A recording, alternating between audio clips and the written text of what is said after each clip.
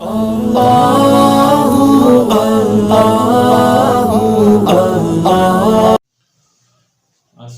علیکم ورحمۃ اللہ وبرکاتہ۔ آپ لوگ خیر عافیت سے ہوں گے۔ اللہ تعالی ہمیشہ خیر عافیت سے رکھے، ہر قسم کے شر سے محفوظ رکھے۔ درود شریف پڑھ لیں۔ اللہم صلی علی سیدنا محمد وعلی آل سیدنا محمد وبارک وسلم علیہ۔ دل کا بگاڑنا، دل کو خراب کرنا بڑا آسان ہے۔ دیکھیں جیسے گھر کے اندر روشن دان ہوتے ہیں، اگر وہ کھلے رہیں تو پھر سارے کمرے میں گرد آ جاتی ہے، مٹی آ جاتی ہے۔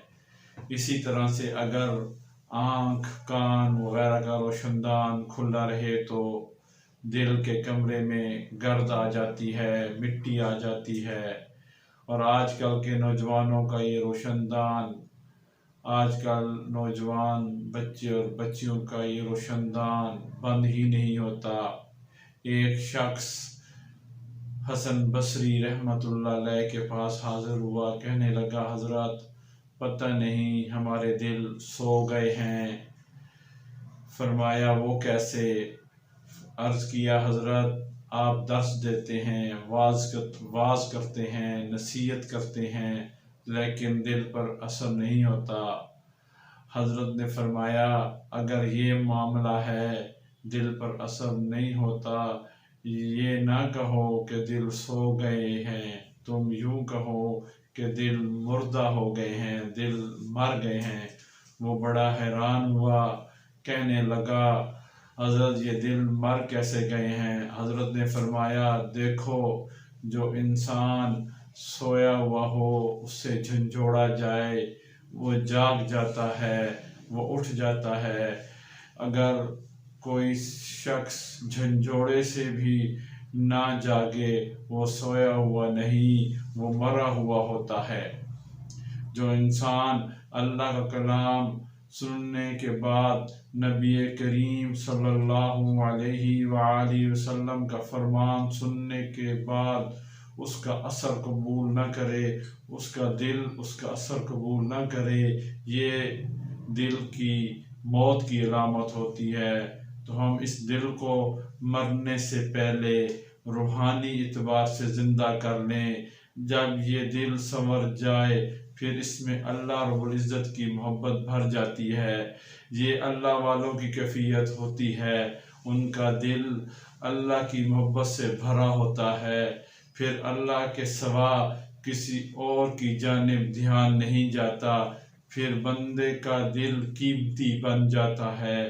اس دل کو سنوارنے کے لیے مشائخ نے باقاعدہ ذکر بتاتے ہیں، ہم ان کو باقاعدگی کے ساتھ ذکر کو کریں گے تاکہ دل اللہ رب العزت کی محبت سے لبریز ہو جائے۔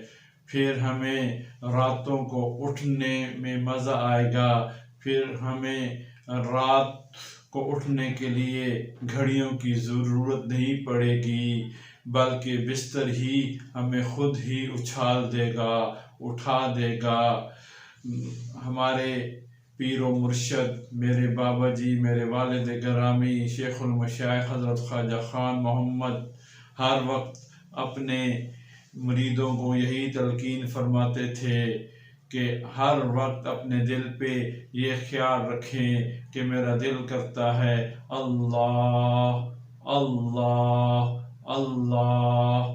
تو اس اللہ اللہ کرنے سے، اس ذکر کی برکت سے دل زندہ ہو جائے گا، دل منور ہو جائے گا، دل سنور جائے گا، اور یہی کام آنا ہے ہمیں آخرت میں۔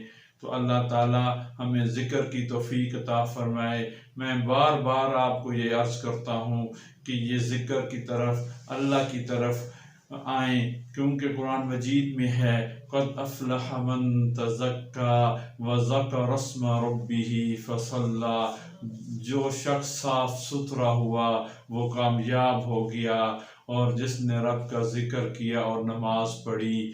تو ہم نے اپنے آپ کو صاف ستھرا کرنا ہے، اللہ والوں کی صحبت اختیار کرنی ہے۔ اللہ تعالی ہمیں اس پر عمل کرنے کی توفیق عطا فرمائے۔ جو میں نے کہا آپ نے سنا، اس پر بھی عمل کرنے کی توفیق عطا فرمائے۔ اللہ تعالی آپ کا حافظ۔